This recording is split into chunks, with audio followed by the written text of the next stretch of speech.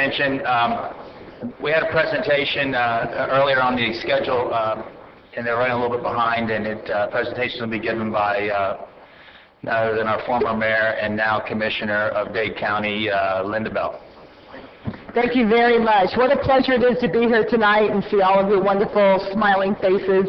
It's been too long since I've been here, but I'm here for a very good reason, and I would like Vice Mayor Burgess to please come here for a moment.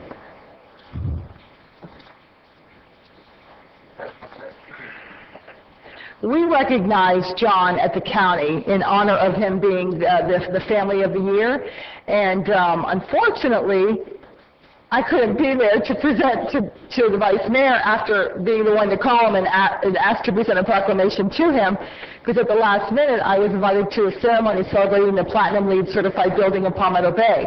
So because I represent Palmetto Bay, actually I have the largest of all of the 13 districts of well over 200,000 people, so I had to be there. So somebody else had to present to the Vice Mayor in my place. So I said, you know what, I have to make it up to the Vice Mayor. So I'm here tonight to give this certificate to John Burgess, to the Vice Mayor. So Honorable John Burgess and family, City of Homestead Vice Mayor. As Commissioner, and on behalf of the Mayor, the Board of County Commissioners, and the residents of Miami-Dade County, I take great pleasure in presenting the Certificate of Appreciation to you in recognition of your valuable contributions to our community. And this was presented to him on October the 23rd, 2012 in Miami-Dade County. And this is a wonderful Certificate of Appreciation for a wonderful Vice Mayor. And I just want to let him know how much we appreciate him and what an honor it was to be the Family of the Year. And once again, you know, shine a nice spotlight on the City of Homestead in such a positive way. And, you know, you don't live in my district, but the city is in my district, so I felt like it was my responsibility to come and bring recognition to you, Vice Mayor. And just to let you know that I'm very proud of you, Sherelle, and your beautiful little son as well. And so I just want to wish you the best. Council, it's such a pleasure to see you all.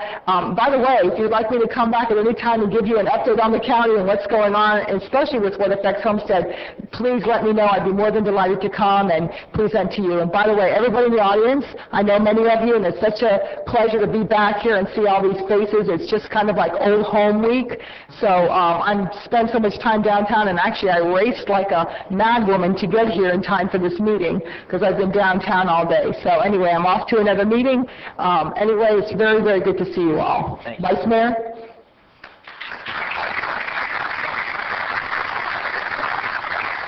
I want to say thank you to the Commissioner. We all know how many times we get drugged from one place to the next, so it's always hard to be somewhere. But I appreciate you coming here tonight and recognizing myself and mostly my wife and my son for the work that they do with the animals. And I would just like to take a minute to thank all the voters of Miami-Dade County who voted yes on 240, because we've had people here pleading many different times for us to help them, and I think the help is now on the way with the passing of the Pets Trust. So I want to thank everybody for that. Especially want to thank the Commissioner for coming down here again, and once again my wife and my son for all the hard work that they do, because they're the ones that do the majority of the work with the little bit of free time that I have left. So thank you.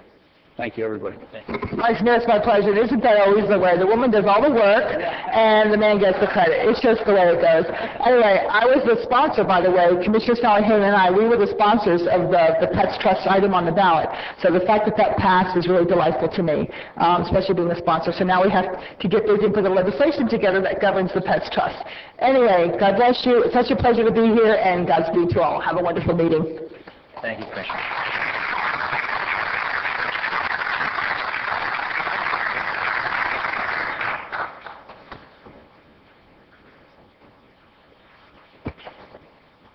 Okay, at this time now I'd like to call our third meeting to go to order here, which is our City Council meeting, Wednesday, November 14th. It's 6:25 in the evening. We're at 790 Homestead Boulevard, Homestead, Florida 33030. The Pledge of Allegiance will be led by our Vice Mayor, John Burgess, and the proclamation will be given by Reverend William Chambers. Is Pastor Chambers here? Didn't sing.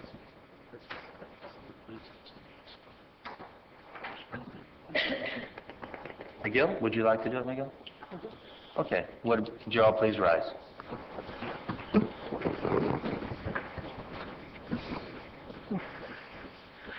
Father God, we thank you for your presence here today. For you said that wherever there are two of us, two believers, your presence will be there. I thank you for this wonderful city where we can gather together and meet and work out all the issues of the day. And I pray that we do so in a just manner. And in your name we pray. Amen. Everybody please face our flag and join me in saluting this great nation. I pledge allegiance to the flag of the United States of America and to the republic for which it stands, one nation, under God, indivisible, with liberty and justice for all. Please be seated. Madam Clerk, please call the roll. Councilwoman Fairclough McCormick? Here. Councilman Maldonado? Here. Councilman Shelley? Here. Councilwoman Woolman? Here. Vice Mayor Burgess? Here. Mayor Bateman? Here. Thank you, Madam Clerk. First item on the agenda is public comment. And hold it to about no more than 3 minutes and move right through it, hopefully.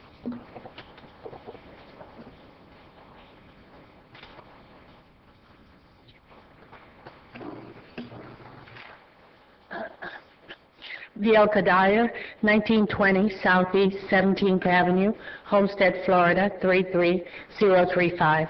First, I want to thank the City of Homestead, the mayor, and the council for a wonderful State of the City event. It was first class for the City of Homestead. And I want to thank the mayor for his hard work along with the council. And I want to thank both the mayor, the council, and the staff for keeping our taxes down this year. Thank you very much. I think the mayor is doing an excellent job. Thank you.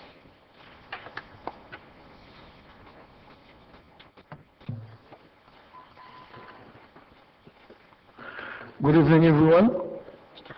My name is Wilfrid Presa, the President and CEO of the Haitian Community Radio, 23 years in town, thank God.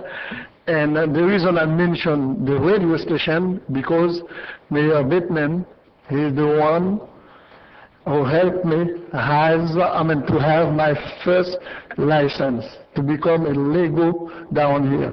I have to thank you, Mayor Bateman, and also on behalf of the Haitian community, you always be there for us, even at different ethnic group, different churches. You always be there. As a matter of fact, at the State of the City address, when Father James invited you to go to church, but I'm waiting for you again because you went so many times to the Haitian Mass, which is every Sunday from 6:30 p. to 8. So I invite you, and council members,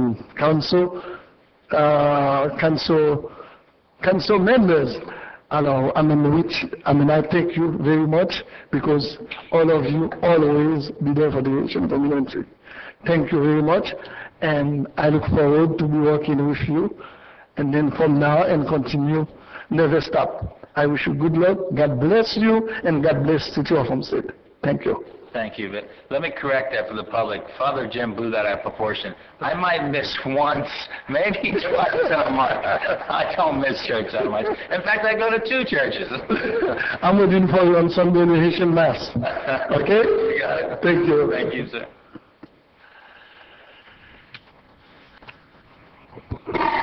Hello. Good evening. My name is Jeff Raines, and I have a home at 2101 Southeast 14th Circle, Homestead, Florida. My family has been here in South Florida since 1948, and we have properties in 5 counties in South Florida. I rise to make 2 points to the council for their consideration. I'm serving on and have served for about 6 years on the Planning and Zoning Board of Homestead. And that doesn't necessarily qualify me to make these remarks, but in looking at the actions that I see happening in the city, there are some things that I want to mention.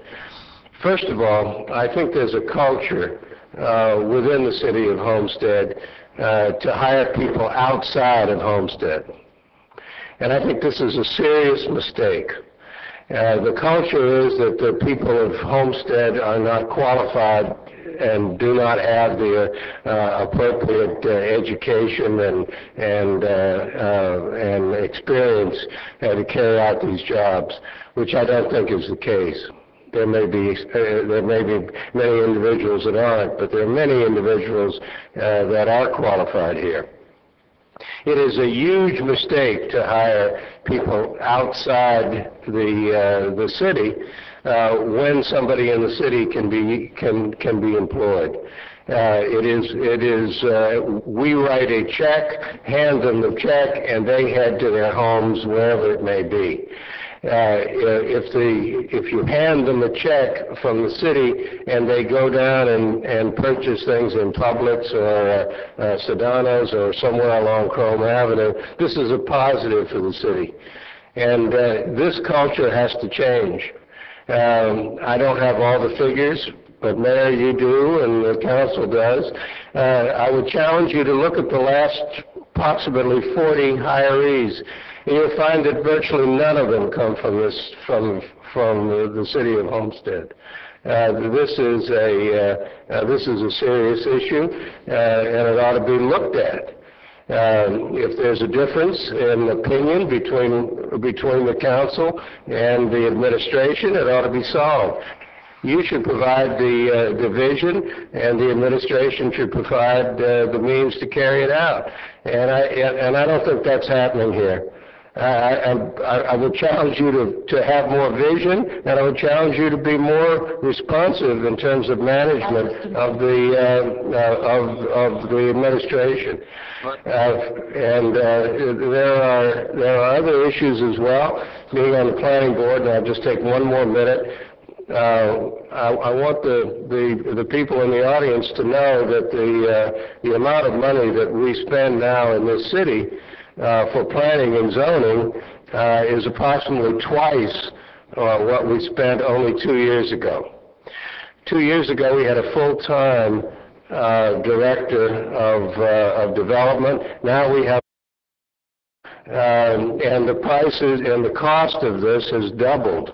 This doesn't seem to be addressed by anyone. I made a formal request at the Planning and Zoning Board that it be addressed in writing. It's never been addressed. It's a big mistake, and it should be. As a member of the Planning and Zoning Board, I ought to know why it's costing from $900,000 a year, when only 2 years ago it was $450,000. I, as a member of the Planning and Zoning Board for 6 years, want to know why we have a consultant in the role of director rather than a full-time person, which is more approachable from your position. Thank you very much. Well, just not to belabor on it, but you're entitled to all that information because you're a citizen of Homestead, regardless of what board you serve on. Although you serve on the board that you're asking for the information, I don't know why that hasn't happened. Did you put it in writing, a formal request? Sir, it's in writing, and it's 2 or 3 pages long in the official minutes of the planning. Okay, Mr. Manager, I want you, like for you to look into it, okay? Tomorrow, next day, whatever. If he requested it, he deserves it. I'd be happy to look into find out what his request is. Also, for the record, statements that he made were not true tonight, so I'd be happy to address those again, those questions. But I can give you rough figures, and the manager and I, we go back and forth on this constantly. I'm a local guy. I believe in local employment with you, sir, so you're not alone. Trickle-down effect does work in a small community, and it does work. You take the check, you go put it in the bank, you buy your gas, your fuel, your clothes, et cetera, here it works. And you're right, it's about 15% local hire, and out of probably 60 employees. I'm going to use round numbers. It's about 15%. I brought them with me tonight. Simple as that. You called me, you sent me a memo. I didn't know if you were coming or not, but I appreciate your comments. Thank you very much. Any other items for public comment?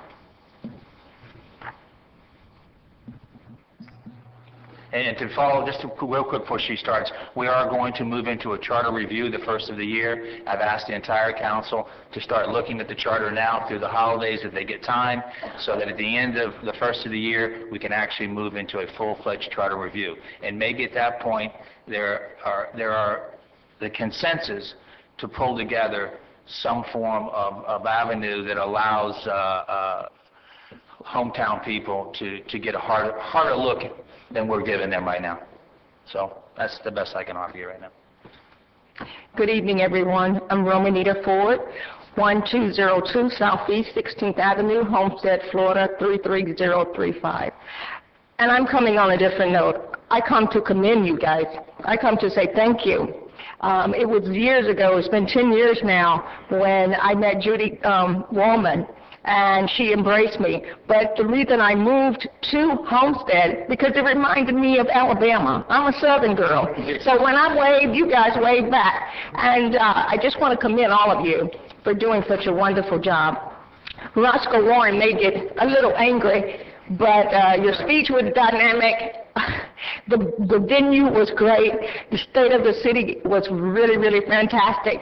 And on behalf of our little dog, Scully, we love the doggy park. Thank you. Well, that's nice. That feels good. Any further comment for public comment? Good evening, Mayor and Council. I'll make this very brief. Staff and city members of the... Could you give us your name and address? I'll go ahead and do that. My name is Michael Miko. I live at 2108 Northeast 39th Terrace, Homestead, Florida. I serve on the Education Committee for about 3 years. I'm also involved with the CRA for the City of Homestead. I wanted to make a very brief comment with reference to the State of the City address. I had a unique opportunity to be involved in it to some degree. And it was with great pride that I'm here today. I saw business people that came as far away from Coral Springs and to visit our fair city. And their comments to me was that they were very impressed with the show that we put on. I, as a citizen of this community, was also extremely impressed. And there's no words, that I could probably come up with tonight would let you know how proud I was to be a part of this community. Mayor, council, and your staff, phenomenal job. Not to take anything away from anything that's going on here tonight, but we were just overwhelmed with just a good affair that made us look really good and extremely important in the state of Florida. I'm not sure, a lot of folks came from elsewhere.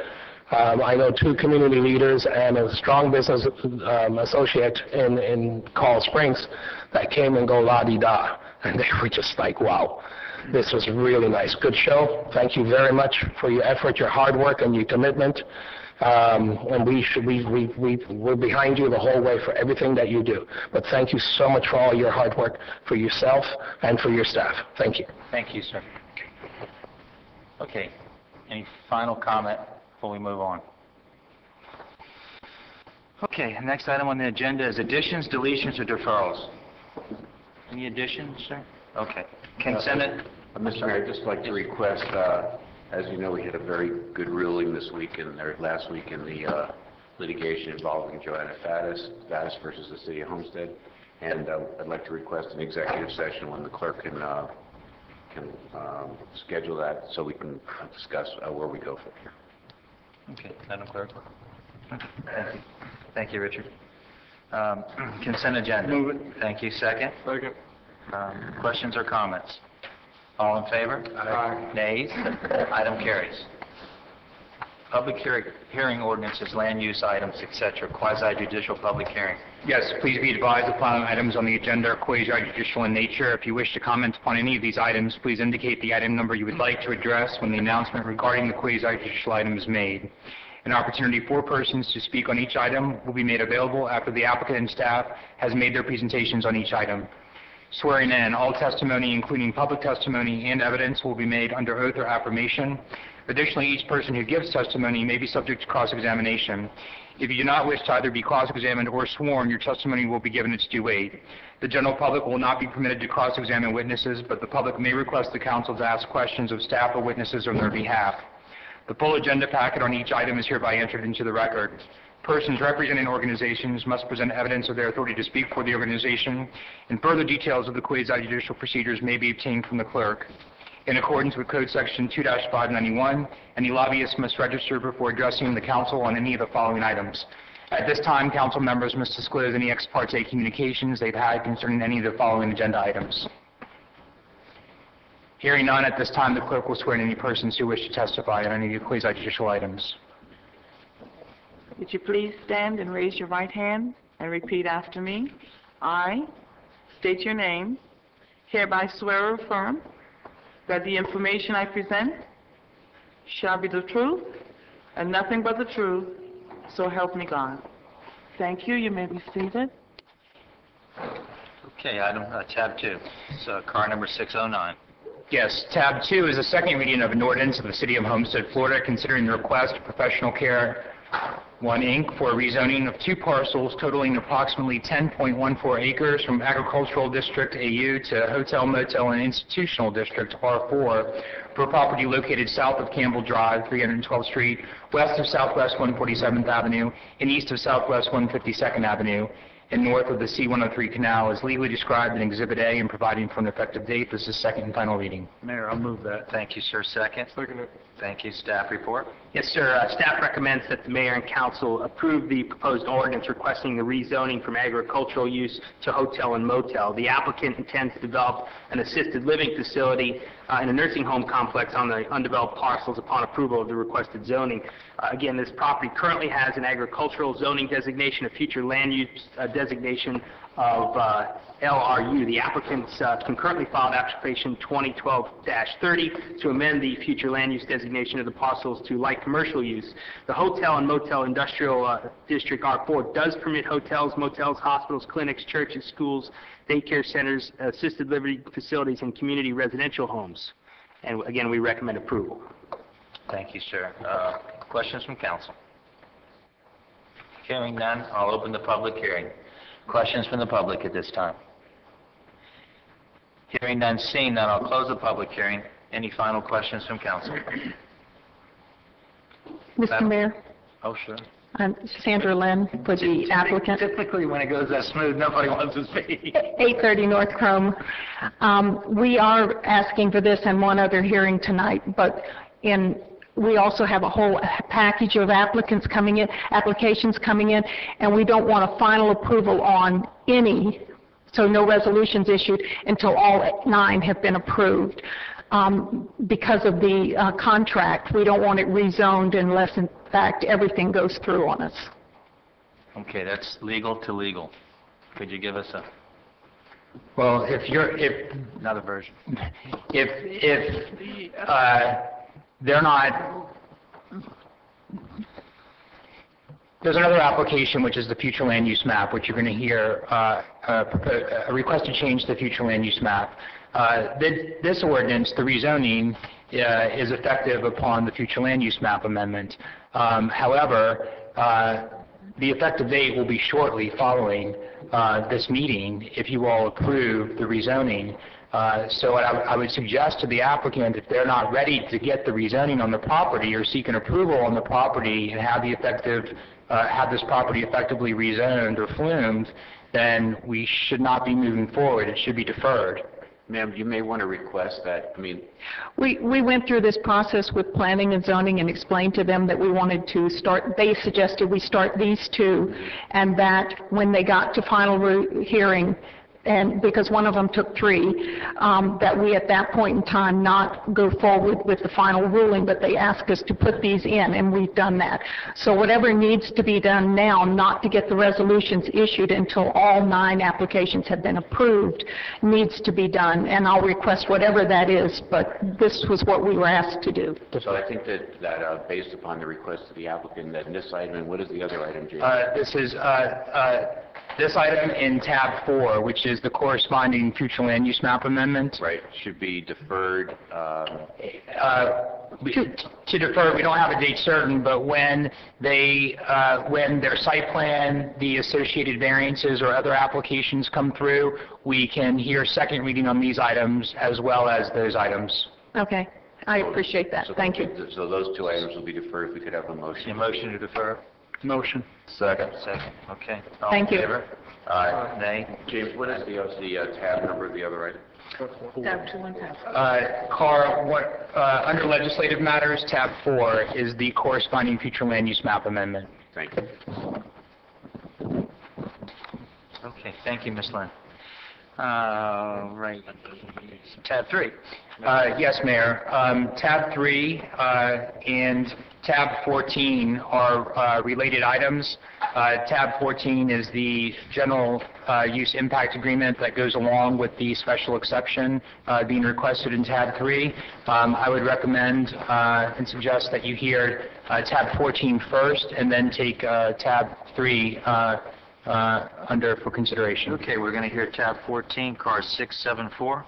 Yes, tab 14 is a resolution of the City Council of the City of Homestead, Florida, approving an interim agricultural use general impact agreement between the City of Homestead and Crystal Lakes Development, Inc., providing for implementation and providing for an effective date. Thank you. Second. Second. Staff report. Yes, sir. We recommend that the council approve the proposed resolution for the approval of the interim agricultural use impact agreement to authorize this interim agricultural use for the approximately 5-acre parcel within the Crystal Lakes Plan Unit Development. Under a separate application, subject to approval by resolution, the applicant is requesting a special exception to permit an interim agricultural use on the property within the PUD.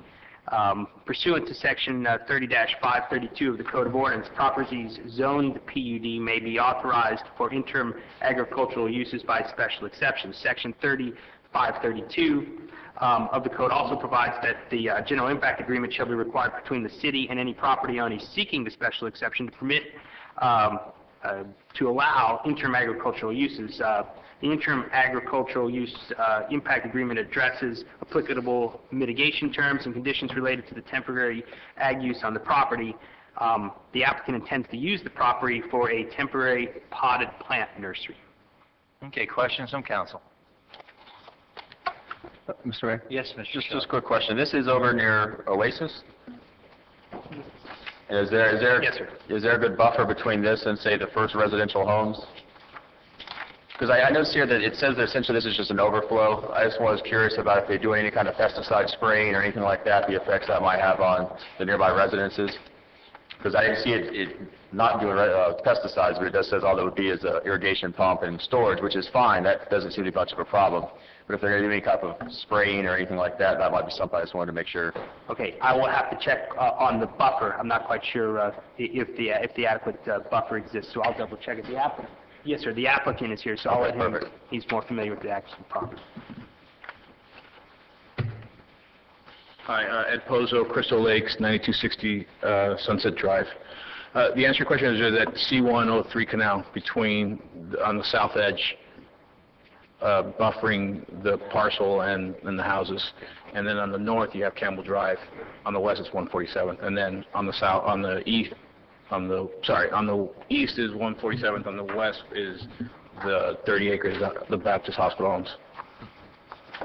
And do you anticipate doing pesticide application on this property, or is it primarily just going to be storage? You know, the tenant that's going to use the property is just normal growing of overflow. So I don't assume anything heavy. It's just going to be overflow from their original operation that's further north. Okay. So it's just going to be watering and trimming is all I understand. Okay. All right. I just had a comment to the mayor. I just want to make sure that it's aesthetically pleasing in the area and that it's properly maintained with the inception of the potted nursery as an interim assessment, because you're waiting until that the market develops, the market resuscitates so that you're able to develop on the property, correct? That's correct, ma'am. Yeah. We're proposing a 6-foot chain link fence around the property. Right. I just want to make it clear that I have to drive that way every day going home. We try to do the best we can. that that potted nursery is properly maintained so that it doesn't adversely impact the aesthetics of the area. I will relay your message to the tenant. Thank you. Mayor, do we want to put that in the agreement? I believe I would. Certainly, that's a concern. Right now, under the general impact agreement and the corresponding resolution, if you all chose to approve the special exception, only stipulates as a condition that the proposed use is enclosed by a 6-foot chain link fence around the boundary of the property. If you want that to be screened in any way, or there to be landscaping or something to that effect, then you all should make a recommendation or stipulate it now to be added to this agreement in the corresponding resolution as a condition. Otherwise, there won't be an enforcement mechanism to address the screening that you're concerned about. Okay. Mr. Maldonado. Yes, my concern with this is that, from my understanding, you're leasing it out. You're the property owner. You're going to be leasing out to a company that's a nursery company. We don't have much information. I mean, should we have some more information on this, the company, how they're going to run this? I mean, other than it's just an overflow and they're going to be bringing plants over. I do work for some nurseries, and I've seen, you know, the amount, what like Councilman Shelley does, and he actually has family that's involved in that as well. We understand that there are pesticides, there are chemicals, there are things that happen in these nurseries and these overflow properties, and there could be some missing details. So my concern is maybe if we could put some language or something in it that we could come back, see these issues, and make it effective, because it's right in our community, like Patricia says, it's right off of 147. It's going to go right next to where the assisted living facility is going to go up right next to it, and then right in front of it, I believe, is what First National Bank is. So it is a vacant piece of land now, you understand? Right. It's just sitting there. And it's right now, but at the same time, it's already starting to get built out. I mean, we're approving right now, right next to it, 10 acres for assisted living facility, and then right before it, I believe they're working on another area there. So, you know, we are starting to see some movement in there, and I just want to make sure that we put some language if possible. I have the lease agreement with the tenant. I'd be happy to provide to this council. It's an established nursery outfit. They've been in business for a long time. It's not an operation that just was established. I'll be happy to do that. Sure. And I'm not yet, and that's my concern here is that we didn't get any of that information over, and I would have liked to seen or read it just to make sure. I could have had her come tonight if I can bring her tomorrow if you'd like to meet her personally. And the thing is, when we vote on this, we need to make sure that we put the language that needs to be put in before we vote on it. Okay. Mr. Burgess. Thank you, Mayor. To the attorney. James, when we made these special exceptions, I remember back when we first got our first one, I thought we made it clear that there could be no code violations on the property, and that they must have been maintained to an aesthetically pleasing view whenever we gave these exceptions.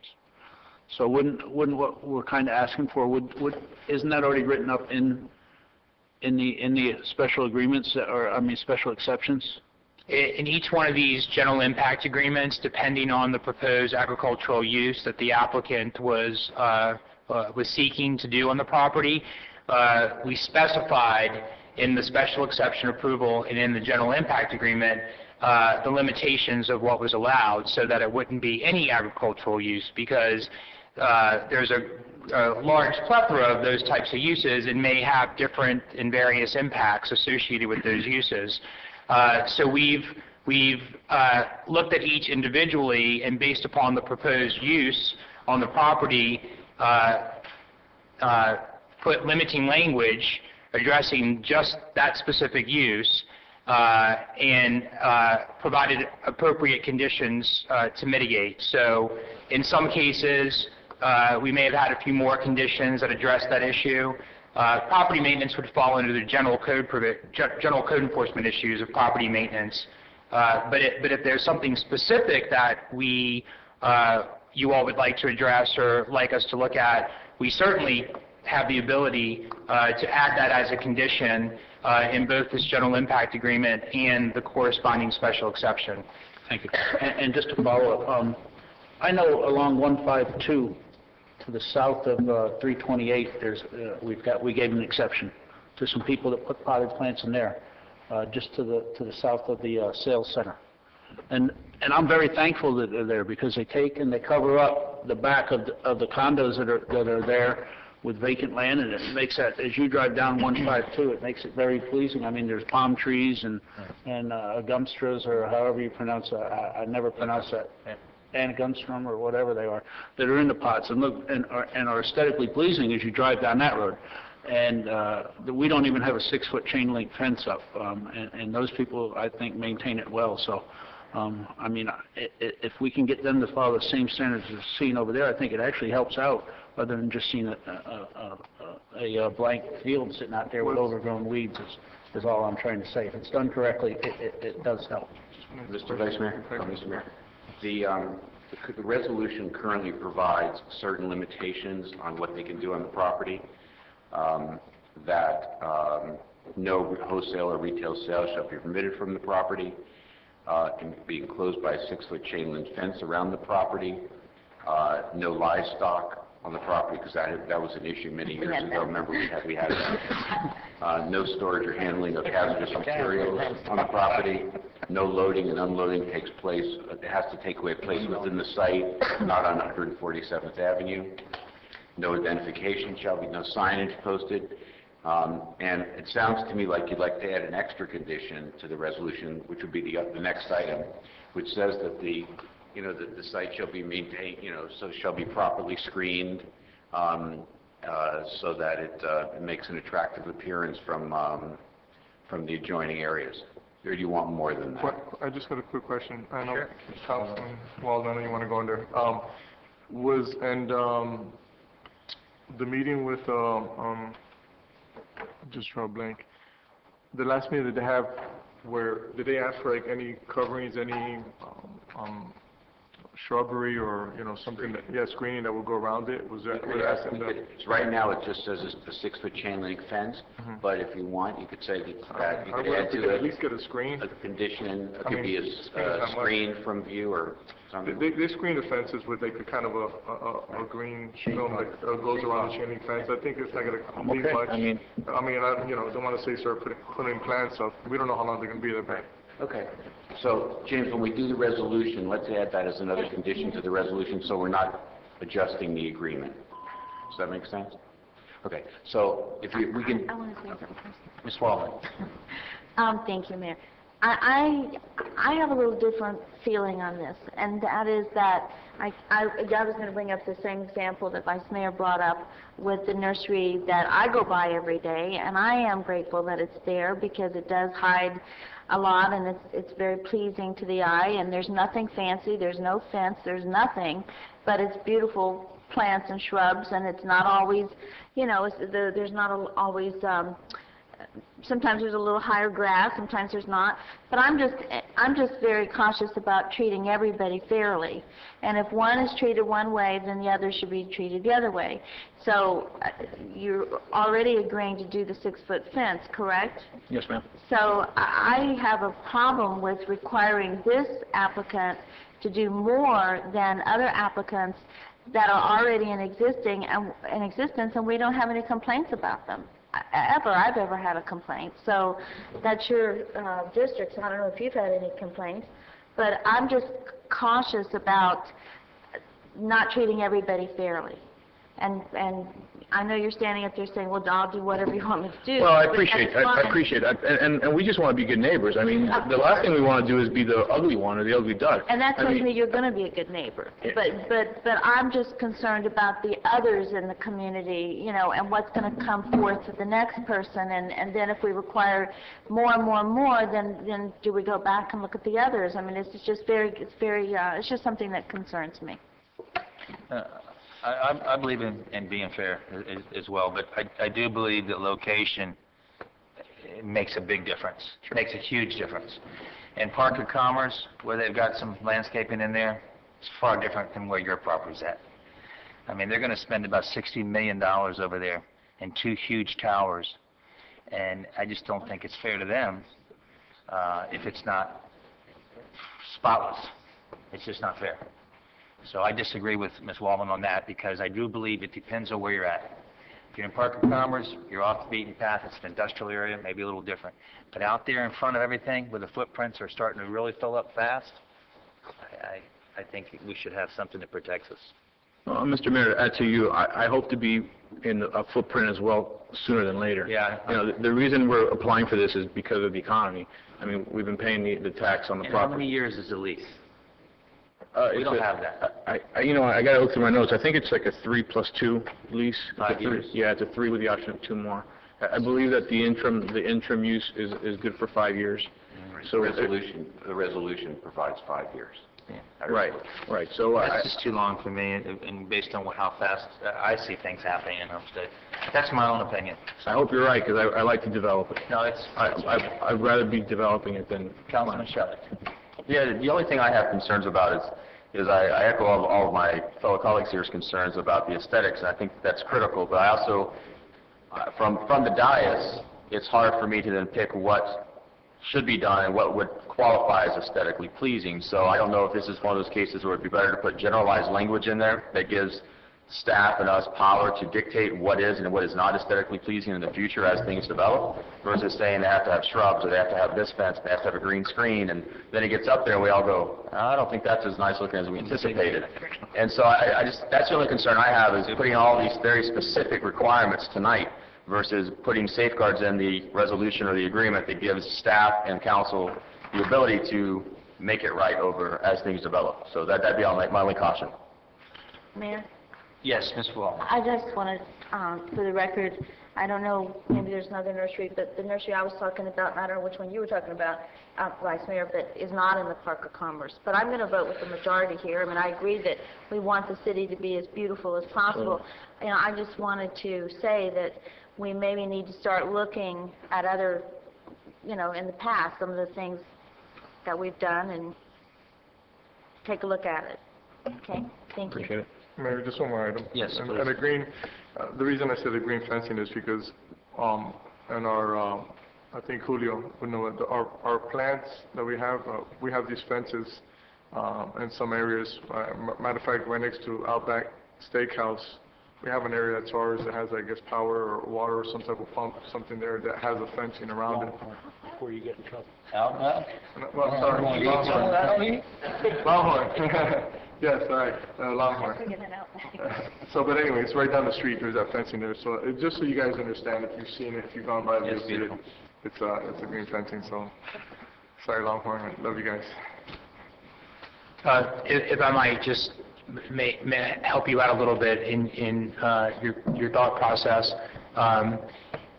Previously in the past, when items that have been concerns for screening have gone to P&Z or have come to you for consideration, one of the common conditions is the requirement of fencing with opaque screening, which is that green screening that you see behind the chain link fence, or shrubbery or landscaping that provides a visual buffer around the property.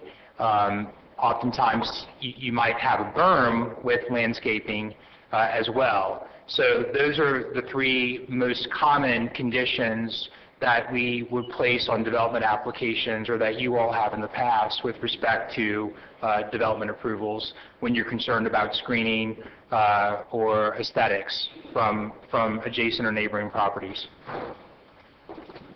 Okay. Final questions from council before we make a motion.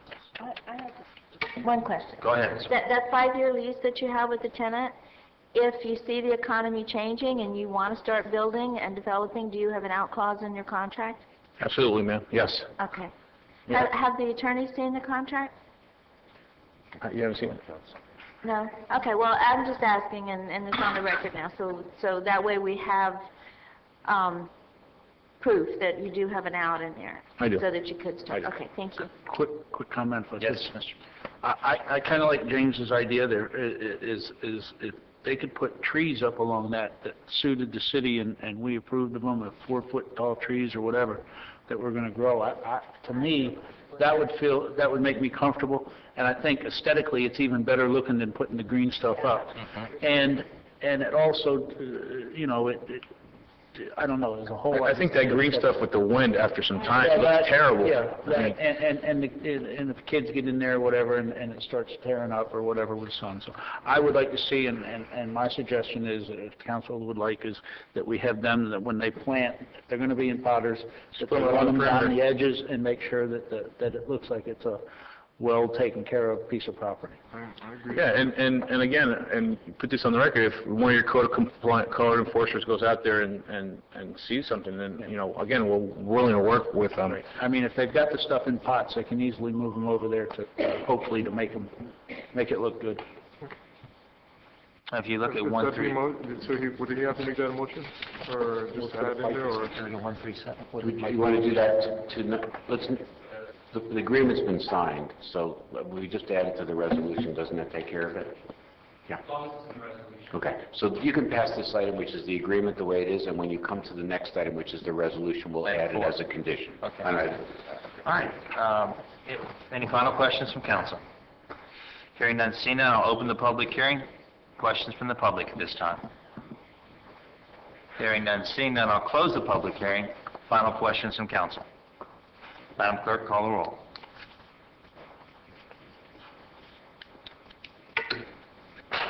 Councilman Maldonado? Yes. Councilwoman Warman? Yes. Vice Mayor Burgess? Yes. Councilwoman Fairclough McCormick? Yes. Councilman Shelley? Yes. Mayor Bateman? Yes. The motion carries. Okay, move back to tab 4, correct? Tab 3, Mayor. Tab 3. Tab 3 is the resolution of the City of Homestead, Florida, approving a special exception requested by Crystal Lakes Development, Inc. to permit interim agricultural uses on an approximately 5-acre parcel of land located at the northwest corner of Southwest 147th Avenue and the C-103 Canal, as legally described in Exhibit A and providing for an effective date. Move it. Thank you. Second. Thank you. Staff report. Yes, sir. We recommend the council approve the proposed resolution for the approval of the special exception to authorize the interim agricultural use on the 5-acre parcel within the Crystal PUD. Again, this is the companion item for the agreement that we just discussed. The PUD indicated the subject property was to be developed as 2-story, 45,000 square foot office buildings. They are allowed through our code to file for a special exception for an interim agricultural use. So we've reviewed that and agree that they should do that and recommend approval. Okay. Questions from council? Do we need to change anything? Right, there needs to be a motion to amend it, to add an additional condition, which states that plants, and I would say parentheses, either potted or planted, shall be placed along the, around the, is it just on one particular street that you want them? To amend. A motion to amend Right, okay. the agreement to reflect that. So, we'll just add a condition that says that plants, Planted. Planted. okay, Right. plants shall be, or a landscape buffer acceptable to staff will be planted along one particular street or the entire outside, which is one you want? Well, the entire, I don't think Around we should. the each mill. boundaries of the property? Right, the boundaries of the property. And that sort of combines what Councilman Shelley said about acceptable to staff, and I think they'll be reasonable about that. Okay. So you need a motion to add that as a And condition. it's not inconsistent. It's already happening now. If you go down 137, that entire farmland is buffered by ficus trees that must be 12 feet tall. Looks beautiful. So we need a motion to add that as an addition. I just motioned. You just made it. Second. Okay. Motion's been made and seconded. We Vote on that. the amendment first. Okay. Okay, then I'll go through the rest of the process. I'll open the public hearing for the tab 3 amendment. Questions from the public? Hearing none, seeing none, I'll close the public hearing. Final questions from council? Madam Clerk? Sorry. Do I understand the perimeter, all 4 sides of the property? Or just on one side? No. The perimeter. On the south side, it's just a canal. Right, so you can't do it there, just along the areas that you can plant it. And I'm sorry, just so I can be clear. On 147th, obviously that whole side. Right. And then my north neighbor, I abut to another property. I'm not a street. That's not Campbell Drive. I don't face Campbell Drive. I think the bank... Mr. Mayor? If I could, Mayor.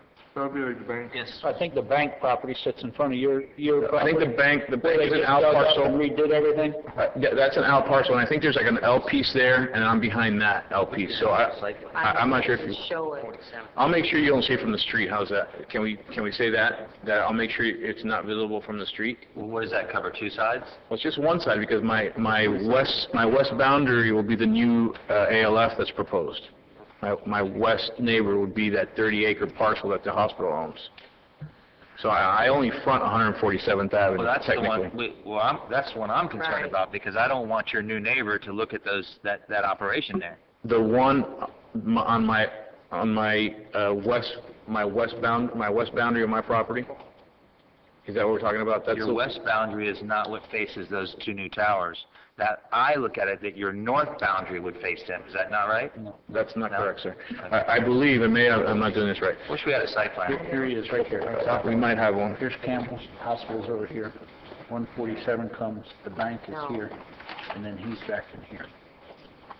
This is where the assisted living goes here. Well, I think we should... Mr. Mayor, the location of the facility that we're talking about is on 147th Avenue. His west boundary abuts the ALF. Oh, perfect. Mayor, if I could say...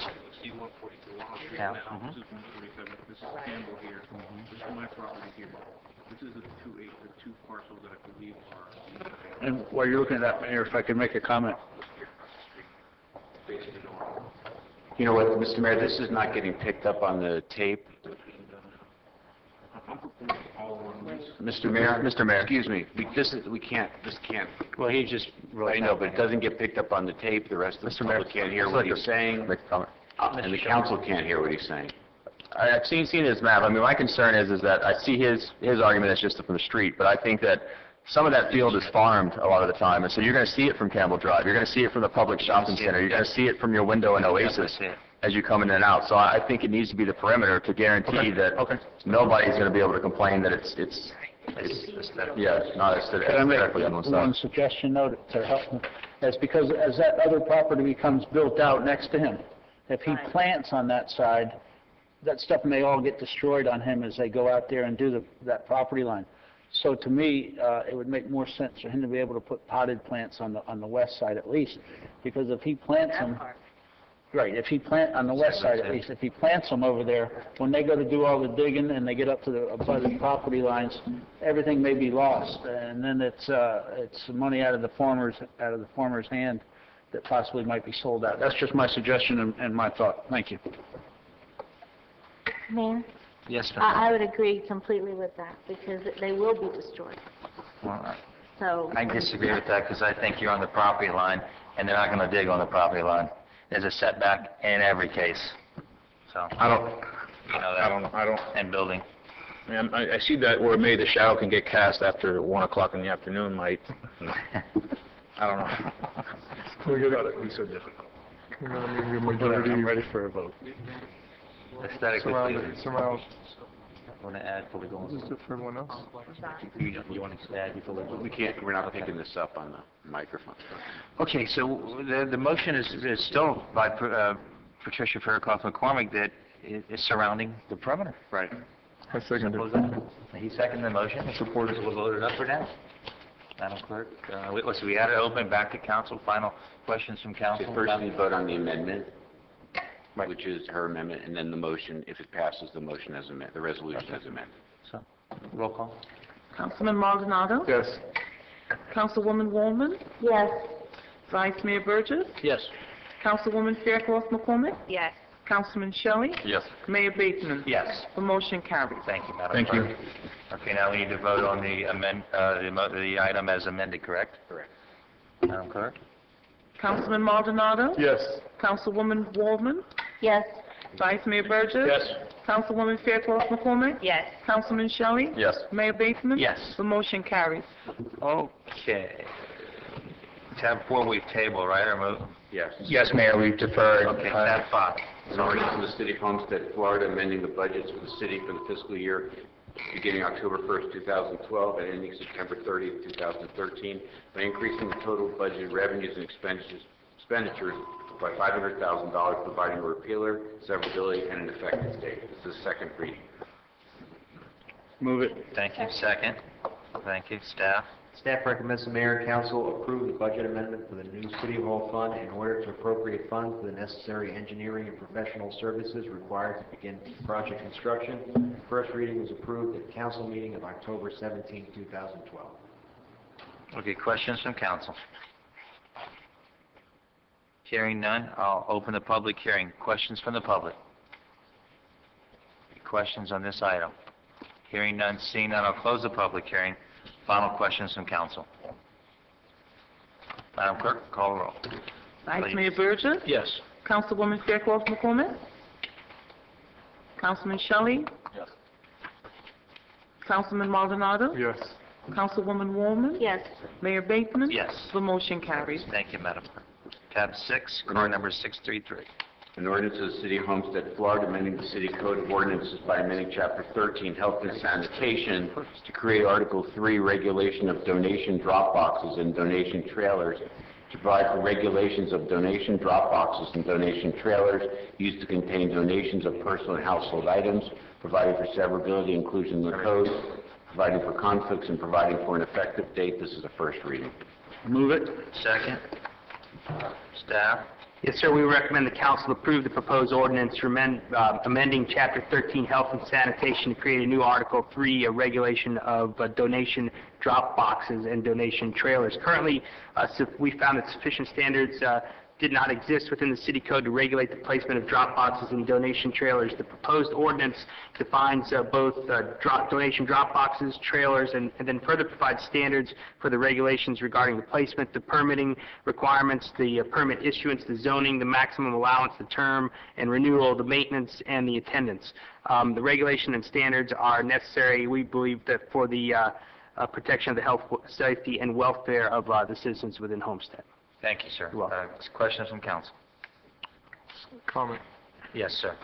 Small down. Vice Mayor Burgess brought this forward. Just want to thank you for that because ever since we've mentioned that, it's just boomed. I mean, every time I go by, I see more and more boxes. So totally support this and thank you for that. Second question, I have a question. If they're not attending to these or if they don't follow these, what we have here, where are they going to be placed? Are they going to be picked up, towed away? Where are they going to be put at? We'll send code enforcement out to make sure that we address that and make sure the property or the drop box owner removes the box. Okay. And if they don't, then we pick them up? We'll take it out. Okay. Or enforce it. Quick question. Yes, Mr. Burgess. I see we're going to make them be nonprofits. How do we determine, I mean, I know obviously we through the IRS, but that they are genuinely a not-for-profit organization? Is there any way to really hold the fire on that and make sure that we are getting not-for-profit organizations that are maybe come in and request these opportunities? Well, they'll be 501c3s, I think, and once they're registered as that, then we consider them a nonprofit. They're official, and I don't know. One thing I just think we need to clarify, or maybe you know.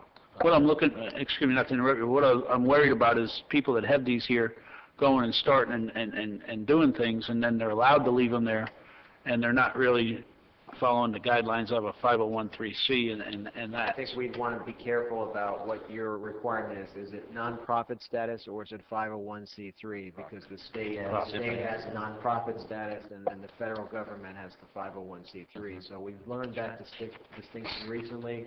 So if it's 501c3 is your requirement, that might be... Which one is a little stricter then, I guess would be my question to you. The definition that we have currently in the proposed ordinance, proposed regulations, this is only allowed for a nonprofit charitable organization, and it's defined as an organization which is organized and registered in accordance with the requirements of Florida statute. So when they come in, they'll have to show their current registration designation under the state. And the permit's only good for 90 days with one 30-day extension.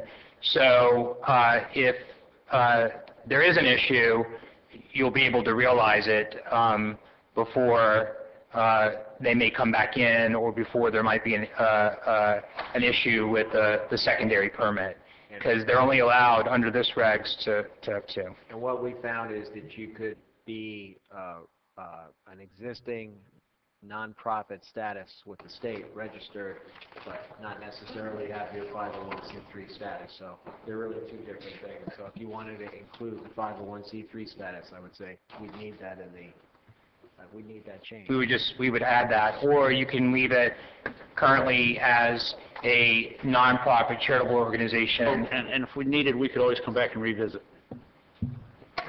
Why don't we just leave it the way it is? Mr. Mayor? Yes. I have a question on the time frames, because as just so I'm clear, so that each not-for-profit is entitled, or can apply for, I should say, 2 permits a year, annually. Now, does that mean that they can either they'll get a total of 8 months of time, or does that mean that they only can choose 2 locations and have 2 boxes within the entire city limits? They can do 2 boxes within the city limits, only 1 box per parcel. Right, 1 box per parcel, 2 boxes for the entire city. Correct. For a total period of 4 months each. 4 months each, 90 days plus a 30-day. Right. And what was the reasoning for that? The only reason I ask is because if you have the Salvation Army, you have, the Red Cross, you have some quality organizations, to limit them for only 4 months or 2 boxes doesn't seem like it's maybe accomplishing as much of the goal as you would want. I know the idea was to regulate the boxes so that we didn't have a proliferation of all these crazy boxes and they were not, for-profit entities. But now we're significantly limiting the ability for them to collect donations. And so I just wasn't sure, was there a model that we followed, or how do we arrive at those terms and the minimum number of months? We researched a number of ordinances that exist not only in our county but across the state and across the country, and found that those were, and tried to take the best that we could out of those. If you had, for instance, a Goodwill actual location, that would be, and I'll ask you this, but that would be almost an accessory use to the primary location, be permitted. They'll be able to take those things into their site. So this accounts for, say, a Goodwill dropping or asking for a trailer on somebody else's property. And we thought that we needed to treat everybody equally in that sense, and Goodwill just like any other nonprofit. So that's how we. And I would agree. I just choose big names because I happen to recognize bigger names, entities. But yeah, that's the only concern I raise is just the time frame. Again, making sure that we can keep the city aesthetically pleasing and not have a proliferation of these boxes, but at the same time not severely curtail the ability for these organizations to collect donation items and things of that nature. And so I don't know if we can find a little bit better balance or not. Is this 1 reading only? This is the first reading. But is there a second reading? There'll be a second. Okay, so then that's just something I would raise to maybe look at, and I can discuss a little bit more with you and see if I have any additional questions. So you'd like us to go research whether the time frame a little bit better, whether we should extend that? Well, it depends, again, whatever the majority of my council decides, if they are concerned or not concerned. But that's the only issue I raise, is just I don't want to limit the ability for these not-for-profits to actually do their job and collect these items and to help the homeless or help the needy. And so I just don't know that only allowing 2 within the entire city or only allowing it for 4 months, for each location necessarily makes sense. Maybe the trailers, but maybe the drop boxes can be a little bit looser. I don't know. Okay. Something just to think about. And a suggestion, that's a good point he brings up, but to the north of us we have Goodwill, and to the south of us we have a brand new Salvation Army. So you might want to just check with both of those, Joe, and make sure that they're doing okay and they have the proper.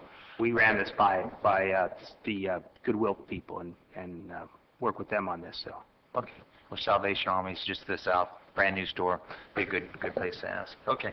So any final questions before I open to the public? I just have a quick question. Yes, please. What about the maintenance of those big box trailers? Because the one over there in the Oasis Plaza this past weekend, the doors were wide open, the contents were all strewn about, so I went and picked them up and placed them back in there. So how often are they coming to maintain to ensure that they're intact? Because I don't see that. We just really ask them to be maintained in good condition, and if they're not, we'll hopefully notice that or get a code enforcement and go out there and double check that and make sure that they are. Perfect. Mayor. Mr. Burgess. Oh, Thank sorry, and Ms. Wallman did ask you for you. No, I just wanted to say the same thing. I saw the same thing. Yeah, it was a mess, but I also, well, I'm glad to hear that you worked with Goodwill. It was Goodwill? Yes, ma'am. Okay. Because I think they only have one truck in the city limits of Homestead, don't they? Well, I think they only have one truck. And, Plaza here. do you know of another There's one? another one in the Town Square Plaza. By That Marshall's. has been there forever. Okay, so there's two. Those But, are, okay, so I am a little concerned too, that if we limit them to 8 months, that they're not gonna be able to do the job that they service, even though we do have, you know, the store here, but, I guess we can revisit that on, my major concern were these little white drop boxes that were all over, all over the place, yes, all different colors. And that was my major concern in this. I certainly just don't want to prohibit the long-standing organizations such as Goodwill and Salvation Army from being able to continue 12 months throughout the year. So I guess we'll talk about that in second reading. Mayor, if I could- Mr. Burgess. Thank you. Yeah, and that was one of my requests when we started this whole process, make sure we reached out to the big well-known ones that use us and have been using the community for a while. But on a different note, I have spoken with the property owner over there, and if it's the city's wishes, I believe that he said that they would do some sort of landscaping or a lattice fence around that trailer to make it aesthetically more pleasing. So I believe that we could talk to them and that they are willing to help to make it more aesthetically pleasing. And if we voiced our concerns, I think they would be very, very open to them, is all I wanted to say. Thank you. Thank you. Okay. Did we open the public hearing yet? No, you didn't. Then going back into it. All right, Madam Clerk, any final questions from council? Call the roll. Councilwoman Fairclough McCormick? yes. Councilman Shelley? Yes. Councilman Maldonado? Yes. Councilwoman Wallman? Yes. Vice Mayor Burgess? Yes. Mayor Bateman? Yes. The motion carries. Thank you, Madam Clerk. Car number 7672, tab 7. An ordinance of the City of Homestead, Florida, amending the City Code of Ordinances by amending Chapter 6,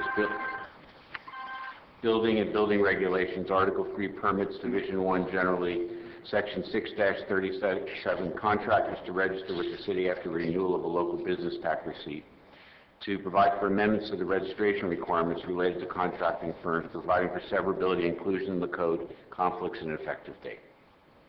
I'll move it, Mayor. Okay, thank you. Second it. Thank you. Staff? Yes, sir. We recommend the council approve the proposed ordinance amending Chapter 6, Buildings and Building Regulations. The city code currently requires that a qualifier for a contracting firm must appear to the city in person to complete their annual registration with the city, providing the city with the current certificate of competency, driver's license of the qualifier, Miami-Dade County registration, state of Florida registration, local business tax receipt, etc., and any other documentation that be required. So what we're trying to do, I think we're the only municipality in Miami-Dade County that requires this to be done in person. We're just relaxing that rule so that we can allow a qualifier to satisfy that regulation by mailing their paperwork in or faxing. Good job. Thank you. Questions from council? I have a question. What prompted you to proceed in this manner? We're the only city that does this. So you kind of researched and found that we're the only municipality that currently... We get a lot of complaints from qualifiers who have to drive down from other parts of the state or other cities within the county. And so when we looked about, we found that it was probably too cumbersome of a rule. Right. I think that's a great idea. The fact that you were kind of proactive and not allowed an archaic ordinance to continue to prevail in current times. So I think that is a step in the right direction. I thank you for proffering this this first reading. Okay, any further questions? Okay. At this time, I'll open the public hearing. Any questions from the public on this item? Hearing none, seeing none, I'll close the public hearing. Final questions from council. Madam Clerk? Councilman Shelley? Yes. Councilman Maldonado? Yes. Councilwoman Wallman? Yes. Vice Mayor Burgess?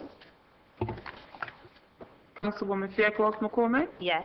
Mayor Bateman? Yes. The Thank motion you. carries. Madam Clerk. All right, tab 8, car number 647. Mr. Mayor, these items would normally have been handled on the consent agenda. If council has questions on them, we can do them individually, but if you want to take them all as a group, you can.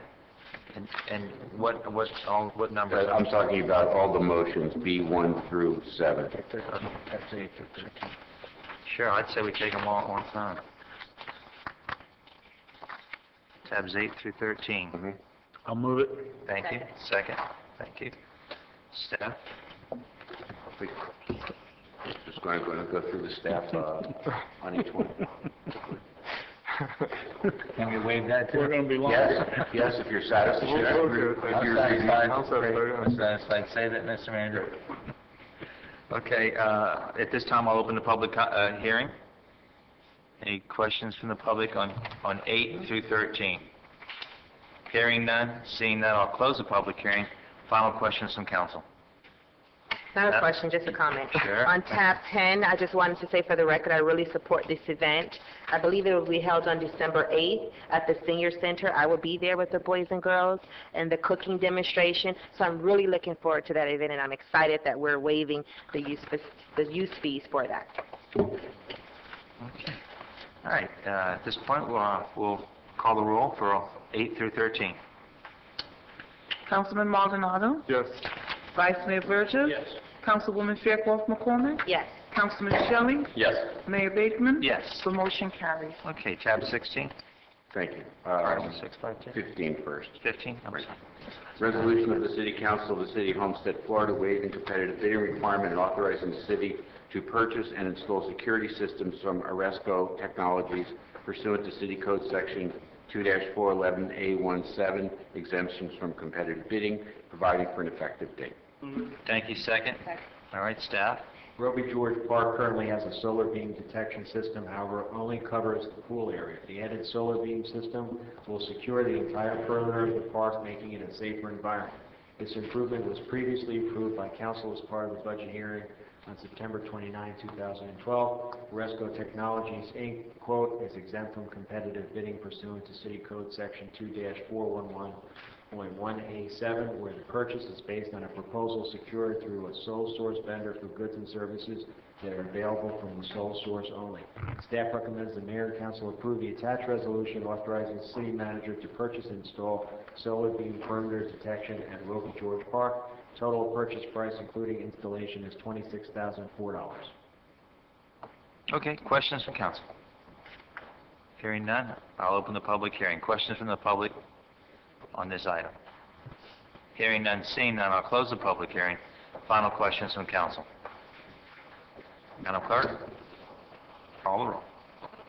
Vice Mayor Burgess? Yes. Councilwoman Fairclough McCormick? Yes. Councilman Shelley? Yes. Mayor Bateman? Yes. The motion carries. Thank you. Tab 16, card number 652. A resolution of the City Council of the City of Homestead, Florida, accepting proposal to change work order work, and approving work authorization between City and URS Corporation pursuant to continuing contract award under RFQ 2007-15, providing for an effective date. Somebody move it? Motion? Move it. Thank you. Second. Staff? URS Corporation provided the design, engineering, construction oversight services for the electric utilities new dispatch control center construction project. Mayor and council originally approved the engineering contract in the amount of $102,507 for this work. This change order request is for an additional $6,000 above and beyond that amount. Major redesign of the electrical service due to antiquated, inaccurate building drawings, unforeseen modifications to the existing HVAC systems, and issues with permitting. The proposed fire alarm system caused URS to spend additional man-hours on the project oversight. Change order for Paradigm Construction was approved by council for the construction aspect of these same items on 6/20/2012. The requests for additional payments have been thoroughly vetted by staff, deemed to be legitimate charges, and are supported by adequate documentation from URS. Staff recommends the mayor and council approve the resolution authorizing change order to URS Corporation in the amount of $6,000. Questions from council? Yes, sir. Do we think this will be the final Number? That's what I'm told, And you can... Ken unfortunately had a family emergency, so he had to go. Okay. And I'm insulted that they would say our stuff is antiquated over here.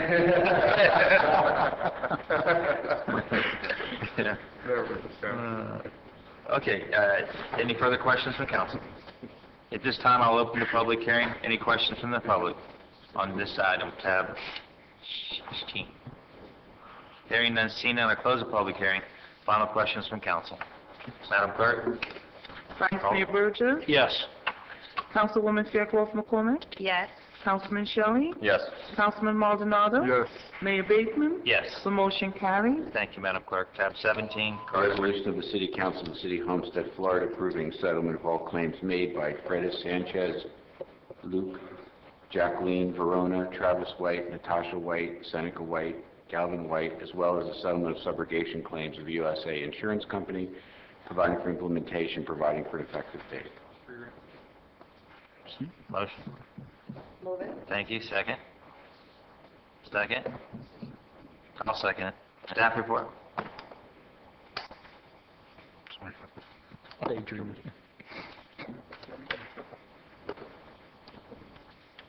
All right, you guys, flip a coin.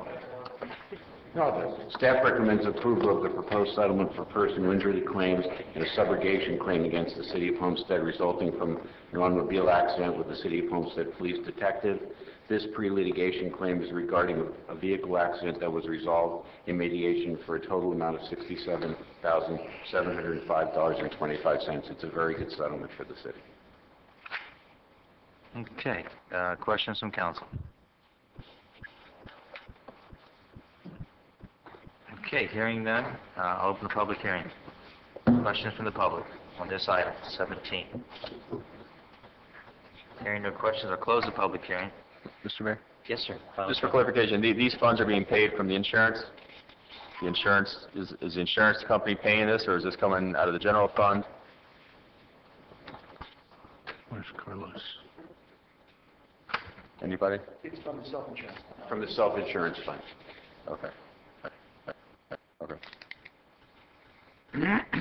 Okay, at this time, I'll open the public hearing. Final question, any questions from the public on this item?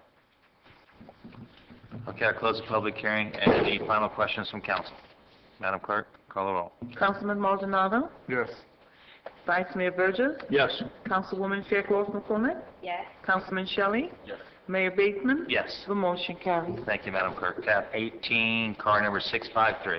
A resolution of the City Council of the City of Homestead, Florida, approving professional service agreements between the City of Homestead and Sandra Nanny to provide grant writing and grant administrative services pertaining to the city's Project Start Off Smart, providing for recognition of exemption from competitive bidding, authorizing the city manager to execute, implement, and review the agreement, and providing for an effective date. Move it. Thank you. Second? Second. Staff? Staff recommends the mayor and council approve the attached resolution to authorize the city manager to enter into a professional services agreement on behalf of the city with Sandra Nanny for grant writing and grant management services. Okay, questions from council? Just a comment, if I could. Sure. I'd like to thank her. I mean, I think she does a wonderful job over there for the city and all of its citizens. So I would just, I see her back there. I'd like to tell her thank you for all that you do. Thank you.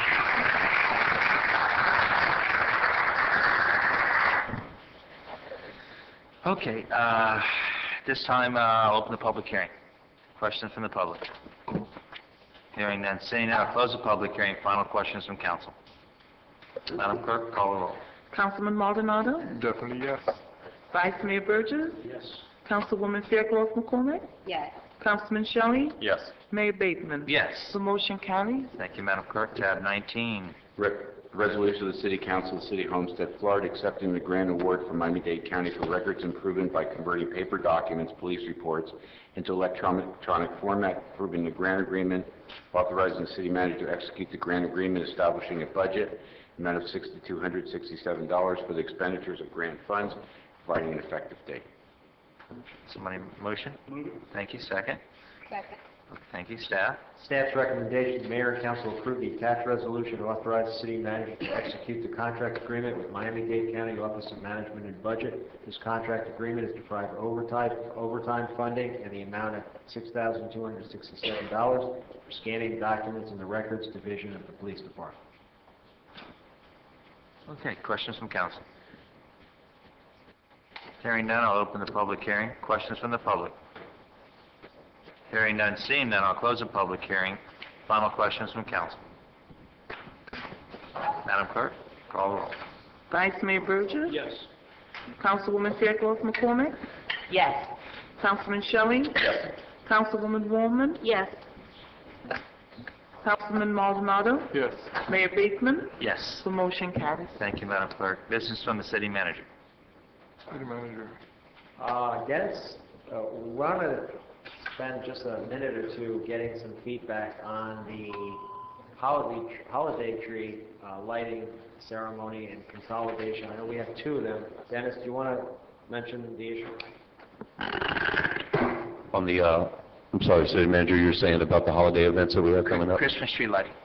I'm sorry. Christmas tree lighting, holiday event? Yes, the Christmas tree lighting that we usually have, the ceremony at City Hall, since with stuff that's going on at City Hall, and we're looking at the swing space, we were thinking that maybe that since all the other events that we have during Christmas, the dinner with Santa, the Christmas lighting on December 8th, the Hanukkah on December 10th, we were thinking that we could celebrate the December 8th lighting at the Christmas tree at Losner Park.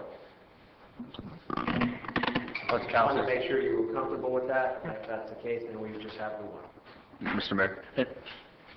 You go. Go ahead. For those of you that haven't gone down, the tree is up, and Dennis said, go look and see if the tree is suitable for, combining everything. And this is the best tree I've ever seen down here, so I want to compliment him and his staff on that. And I'm okay with combining everything as one. Mayor? Mr. Mayor? Yes. I was Mr. Shelley. No, I had a chance to speak with Dennis just prior to the meeting. He raised this, and I don't have an issue with doing the Christmas tree lighting down there. However, I just want to make sure we still are going to have some sort of holiday lights here on property, because a lot of people don't know that we're leaving City Hall. They may not know, so if they're driving by US 1 and they see, why is the City of Homestead City Hall dark, and it's always been lit up. So I just think it makes sense to still have lights on property, even if we don't have the Christmas tree lighting here. So that'd be the only comment I would make. So lights, but not necessarily the tree. Yeah, I'm not concerned about necessarily having the tree lighting here on premises or having, like we usually do, but I still think we should have holiday lights on the property like we always have, so that when people drive by, they can see that the city, because to most people, this still is City Hall, and this is still the City of Homestead, so I think that they should still be lit up during this holiday season. We can look into it. I know that the company came down Sunday, started on the decorations around the city already, and I know they already put the candy canes around the lake already. But we could look into having the lights. But we were just making sure the Christmas tree, because the line crew does that every year for us, and we wanted a direction from the council and mayor if that's suitable for you without having that. In other words, to do maybe some decorations, but not the tree itself. Sure. I concur with my colleague. I believe that we need some lights. We need to, there may be nobody home, but we need to let them know that, we're still in business here. So just clear direction on Just lights, no tree, and no lighting. Mr. I mean, Schwartz. no tree. You done? Okay. If you've not been by at nighttime, the candy canes are beautiful. They really look great. And we had, I know in years past, we've always had, it was either Happy Holidays or it was something we had added in the last couple of years. It was it was right there in the middle of the lake on one of the We had the falls or... I'm sorry, Councilwoman. We usually have the wreath on the City Hall sign. The thing is about that, it's getting kind of beat up. We're looking at, Yeah, I know. since we are moving, we're probably going to have to find another wreath for next year's, but it is taking a pretty hard hit on us, and we're looking at... I didn't mean to interrupt you. The tree is pretty beat up too. I mean, that tree is seen probably its last day. So I'm okay with the candy canes because at nighttime, I don't know if y'all have seen them or not, but I think they look really nice. Maybe just a string of lights along the back of the, on the top of the back of the building, a string of lights maybe. That would be fairly simple to do with at very little expense. But I'm okay with not doing the tree here again, because the tree's gorgeous in Losner Park. Good job. Thank you, Mayor. We can look into that. Okay, any other final comments on that? Okay. You have direction? Not really. Was the goal for no lights? String some lights up. Let's put daylight up. Put some lights up, you know, if you can. Got The it. major. We'll go ahead and try to figure something Like the out. house, just put some lights along the roof, right?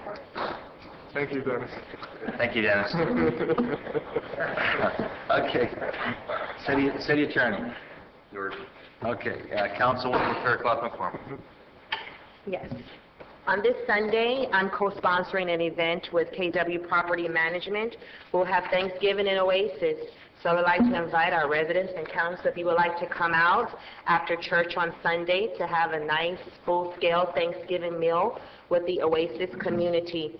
And I'd like to thank Councilman Burgess for his support of turkeys for the Thanksgiving holiday drive that I'm helping to spearhead, as well as the mayor, who proffered some turkeys as well to give out through the Oasis community as well as the Southwest community. So I thank you for your support in that.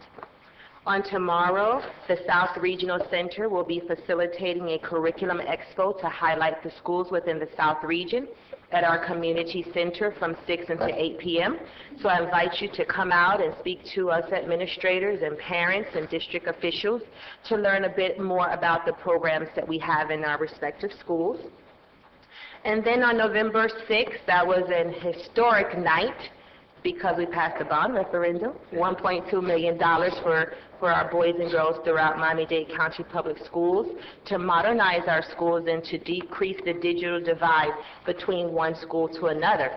So of course I'm capitalizing on that, and I am spearheading a workshop with our local businesses and Miami-Dade County Public Schools to train them on how to conduct business with Miami-Dade County Public Schools so that when it's time to modernize our local schools, our local vendors get some of those contracts.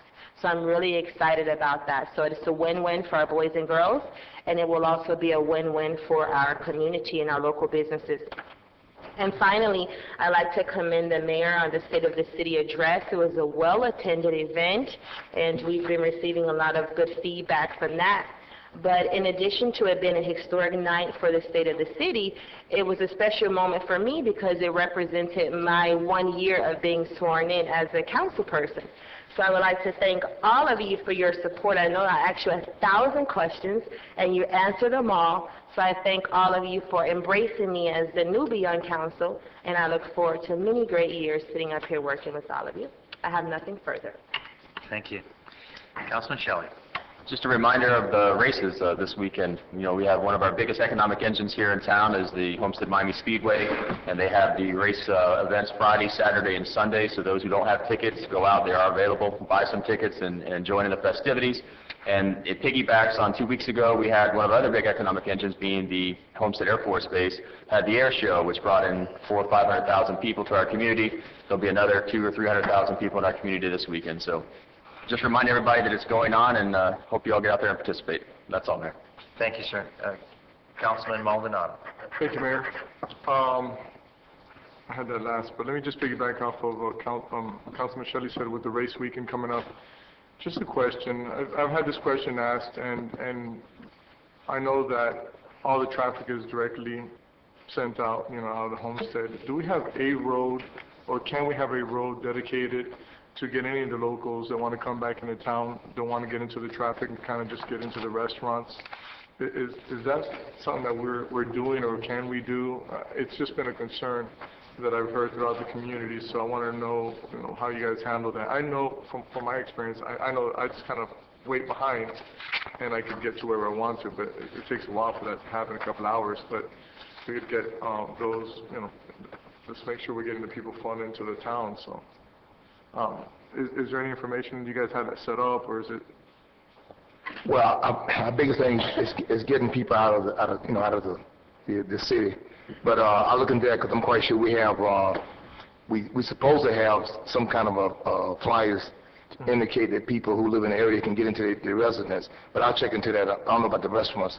I'll see whether or not we do something about that, because majority of the people, there we want to clear it out and get out of there. Right. But we'll look into that, because a lot of time we direct them to Camel Drive and also to the Turnpike. but thanks though. Okay, thank you. Question, I think, for Mr. Bray, Julio, to the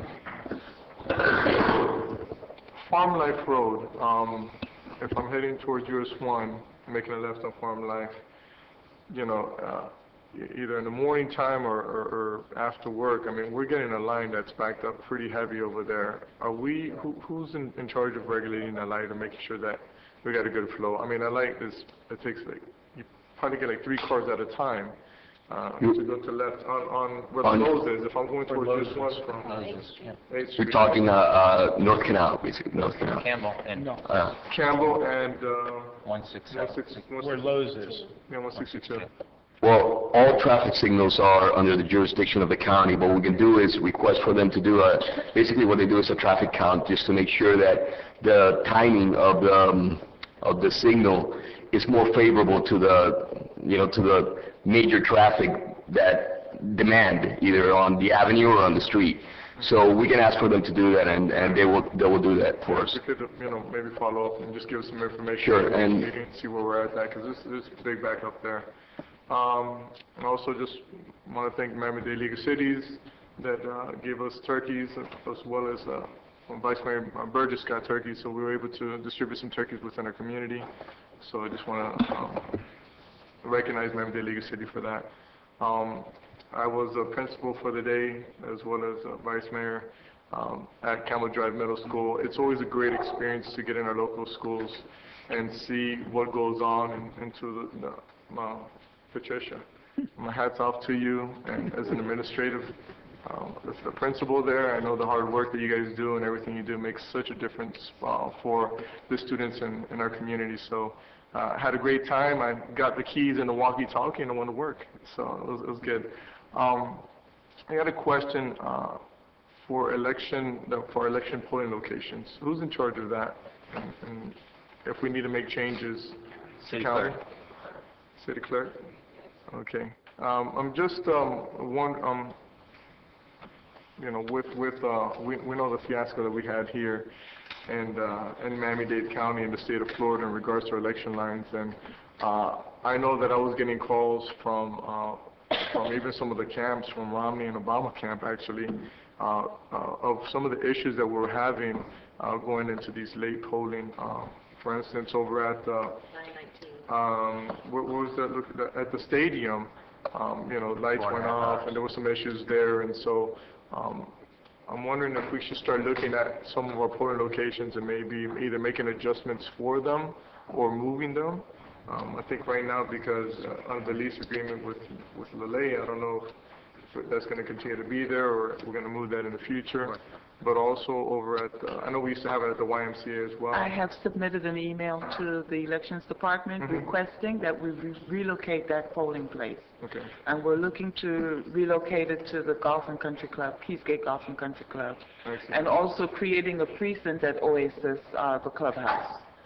And moving precinct 917 to the YMCA. Right, which is... So those are the 3 things we're looking at. If there's anything else you'd like us to investigate, we will do that for you. And the rest of the mayor and council, if you guys have any, you know, 132 cents in it, just go ahead. Right Can we away. just make sure they go by the recent census?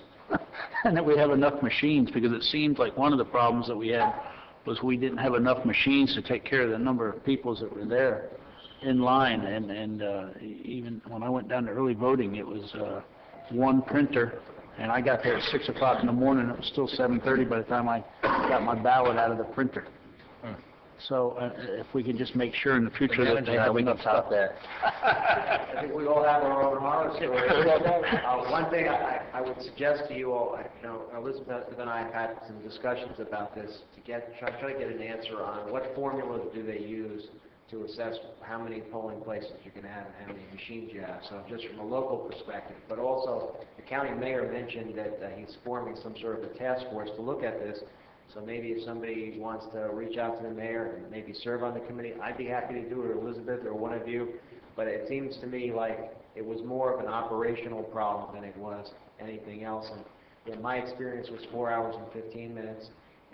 And when you walk in there was about half of the privacy booths were empty because you just came right through to the bottleneck, and that's a pretty good sign of an operational problem. If I could piggyback on that. First of all, I would really appreciate it if you or the clerk could serve on that task force because, I mean, I think that would be wonderful. But I also wanted to say that I think a lot of the problem was with early voting because at early voting there was a 5.5 hour wait. So I don't know why they don't let us use early I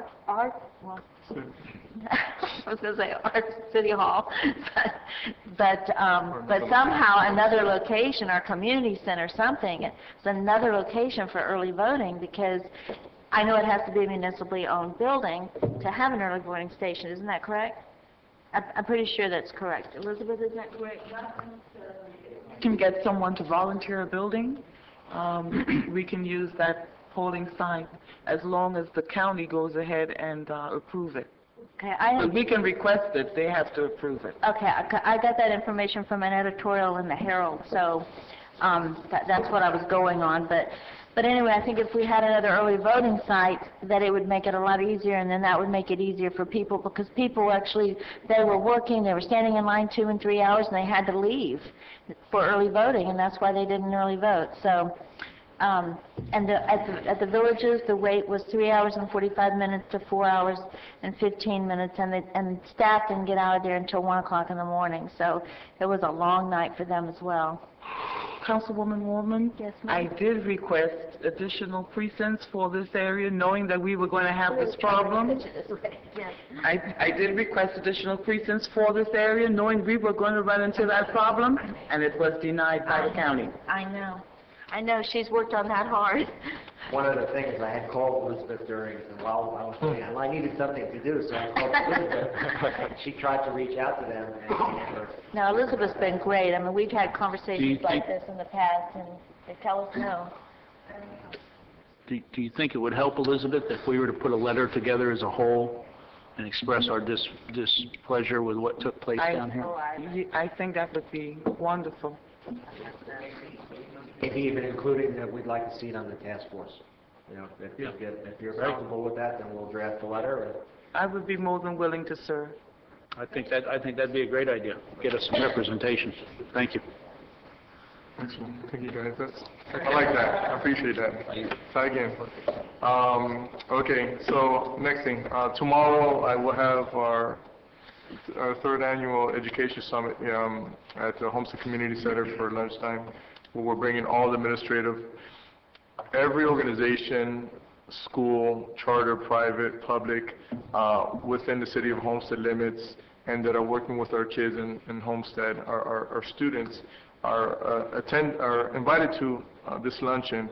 And not only is it a thank you from the city of Homestead for all the work that they're doing with our kids, but also it's an opportunity for all these organizations to network and learn of what's out there for our children, what can help them out. So we've had some great results after the second one, where organizations here in the city are partnering up with public schools, private schools, and making a difference with our children here in Homestead.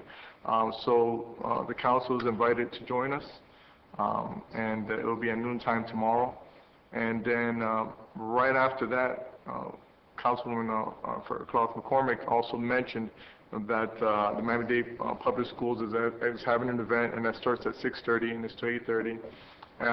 You know, basically what they're doing is through the region and Dr. Martinez and Greg Zoyer, we're grateful that he's still working in our community.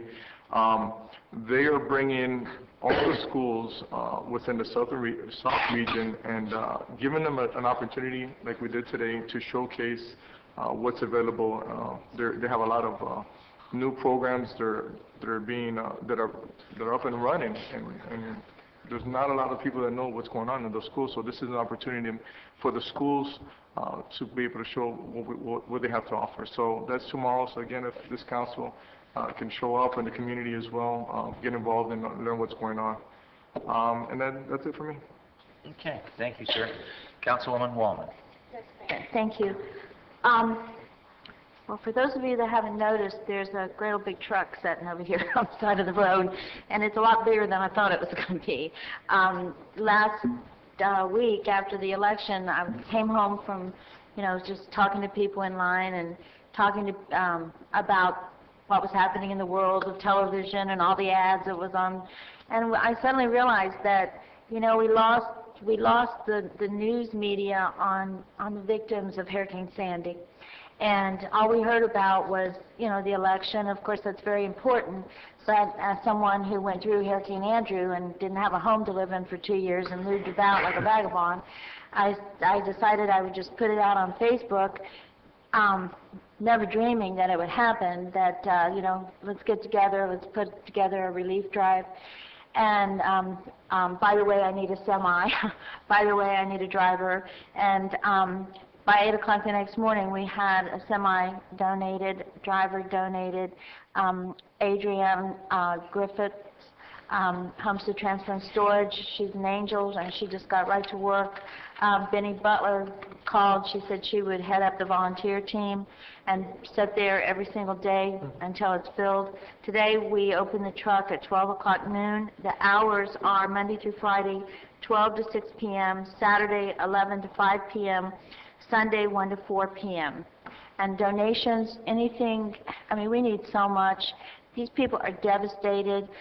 We did a search, just the volunteers and I, as to what community could use it the most. That's the hardest thing of all, because all the communities are devastated. So I had to do some soul searching, and we found a community. It's called Breezy Point, New York. It's a community of first responders. They lost so many in 9/11 because they were there, the medics, the police officers, the firemen, you know, everybody. So they lost a big part of their community in 9/11, and then their town was totally devastated in Hurricane Sandy.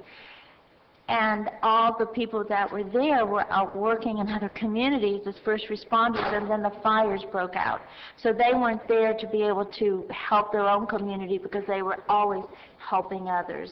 So I thought, what a wonderful tribute, and they're being overlooked right now.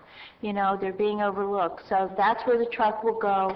I invite my colleagues to please join on board with me, help me, volunteer to man some hours, reach out. We need diapers, we need food, non-perishables, of course, and I have a list, and hopefully that'll be on the website. Julie is working with me on this, Julie Richards, thank you, Julie, and we'll have a list available and in your mailboxes so that you can see what we need. It's so worthwhile. I did this in 2004 with Hurricane Charlie, those of you who were with me, it was a much smaller truck, so I didn't know that we were going to get a 53-foot truck. So I need all the help I can get, and reach out to the community. Donations, donations, donations. We will be doing a highway holdup in December. This is something that's going to keep on going, and at that time, depending on how much money we raise, we'll have a vote of the council as to where the money should be spent. But right now we need warm clothes. They're freezing to death there, and they have nothing. Their basements are all their basements and their first floors are covered in raw sewage. I mean, they've lost. It's awful, just awful. So I ask you to come out and help, and I invite everyone to do the same. Well, my colleagues. We already talked about Reefs Across America. Again, I encourage you to spend that $15. I want to thank the mayor for pledging 10 wreaths, and I saw Mr. Burgess filling out something, so thank you, Ms. Fairclough McCormick and Ken Hint. Yes, every year I do a toy drive for the soup kitchen. There's so many toy drives that's done all over the city and all over the county, but those little kids at the soup kitchen, they have nothing. So you have boxes spread around. If you have an extra toy, unwrapped toy, please drop it in, and it'll be greatly appreciated. I want to thank Parks and Recs for doing such a great job on Halloween event. It was fabulous. It's always my favorite event because it's my birthday on Halloween, and I had a great time. And my goodness, we don't know how many people were there, do we? It was thousands. We're probably looking, what we probably thought we had, it was probably around 1,500. I think you had more, because I looked at it from different angles from the road. I mean, it was packed. it was packed, and anyway, great job to you. And last but not least, he's gone. I wanted to congratulate Rick from the CRA, and it's going to be a papa. So congratulations to Rick. Now he's got to watch this whole thing to see it, but he's going to be, he and his wife are going to be blessed with their first child. So thank you, Mayor. And happy Thanksgiving, everybody. Yeah. Vice Mayor Burgess. Thank you, Mayor. As Councilman Maldonado alluded to earlier, yesterday, the Miami-Dade County League of Cities, we gave over 1,000 turkeys to needy families around 4 different locations throughout the county. We were in Miami Gardens, Doral, South Miami area, and up around in the Miami Beach area. And I'm trying to get them to move. Next year, we will be down this way further. But what they do is they give each of us people that sit on the board, whether it's the executive board or just a board, 20 coupons each to go and get turkeys and fixins, and they give it to us, and then we bring it back and give it out to the needy families, or the needy family can go. But since the distance is so far, I went up and picked them up and brought them down, and we distributed those yesterday. So we got a little bit of help for some down here, and next year I hope to come down closer this way and make it more easily accessible for the people down here that need it. So thank you to the Miami-Dade County League of Cities for the help that they do. I want to thank Campbell Drive K through 8. I was over there for principal for a day, and I too want to say I don't know how you do it every day. With kids running around and all that, it's quite an adventure, I would say, to go and sit over there and be principal for a day and see all that goes on. It's an eye-opening experience, and I'd like to thank every educator that has put themselves in that position to do a good job, because it really is something special to sit there. You've got to be a special person inside to sit there and do that, so thank you to them. A quick question for Mr. Brea. 137 and 328, I'm still looking for the street light out there. I know the county's been discussing it, and they've given us some language back, but where are we with that? I'll have to check with them. I'll get back with you. Okay. Okay, and then just one last thing, Mayor. I was speaking with some people from the Turnpike Authority, and they were wondering how we got the palm trees between, or the manager also, between where the Turnpike overpass is and the left-hand turn for the northbound lane there on 152. They actually would like to have some of those removed, so I think at some time, and Mr. Brea was there with me, that we need to look at some of those being removed. They think it's a danger to the entrance to the turnpike there, and that it hinders the flow of traffic a little bit. So at some point, maybe we can get staff to look at that. Thank you. That's all I have, and happy Thanksgiving, everybody. Thank you. Yeah, to piggyback on that, I think when we did our drive around with the chief and the manager and the director for the state, she pointed that out. And I guess nothing ever developed at that time, but we probably, before somebody gets hurt, ought to look into it, get something done about it. Okay? We'll look into it. Thank you, Lloyd. I got a couple items here to appoint Education Committee. Miss Yamali Cruz for Education Committee, is that correct, Yes, Mr. Chair? Yeah, I think we invited her, yes, but the board recognized her and asked for appointment, so she's a great resource for the community. Okay, so very good. All in favor? Aye. Okay, nice. I'm curious. The next person is Community Relations Board, Louis Delon. I don't know who put him up. Does anybody know? All in favor? He reached out to Did he? the To Jim? board. Okay. Right. Okay. All in favor? Aye. Nice. Item carries. Also, kudos, Dennis. Not only was the Halloween festival good, but when you see employees go back and get involved the way that you did and your staff, kudos to you, I'm telling you. I went over there, and I would say the majority of your staff was back there that night because that's what they wanted to be. And I was really impressed, Dennis, with all the employees that came back and put you could tell they put their heart and soul in. Their costumes were excellent. Appreciate it, Mayor. They all volunteer their time to make the event a success for us. That was beautiful. You please tell each and every one of them, kudos from me. The power plant, we sent 5 men up to New York to help out. I didn't bring it with me, darn it, but I got a beautiful email from a resident upstate New York, and they could not say enough about our men. Apparently they put their power back on and they were happy, and some tree fell and wiped out a whole street of power, And so this gentleman tells me he gets in his car and he drives around looking for our men, and he finds them. They say, well, we're on a mission here, we need to finish up, and when we do, we'll come back and see if we can do anything. And they went back over, and somebody had taken the tree off and cut the tree off, I guess one of the local city people, and they put the power back on once again. So they're doing some great things up there, helping some neighborhoods out, and kudos to the power plant as well, and the 5 guys who went up.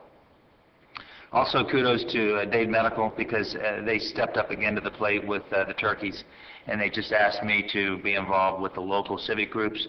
They donated 250 turkeys. Last year it was like 700.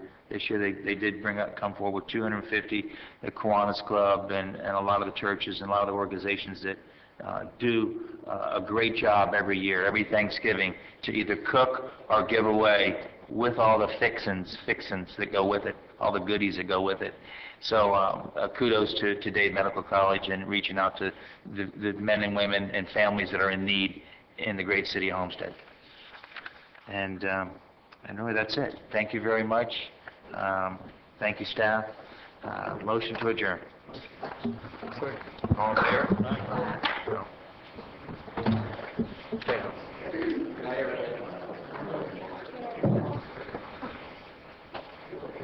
Sandy, how are you, sweetie?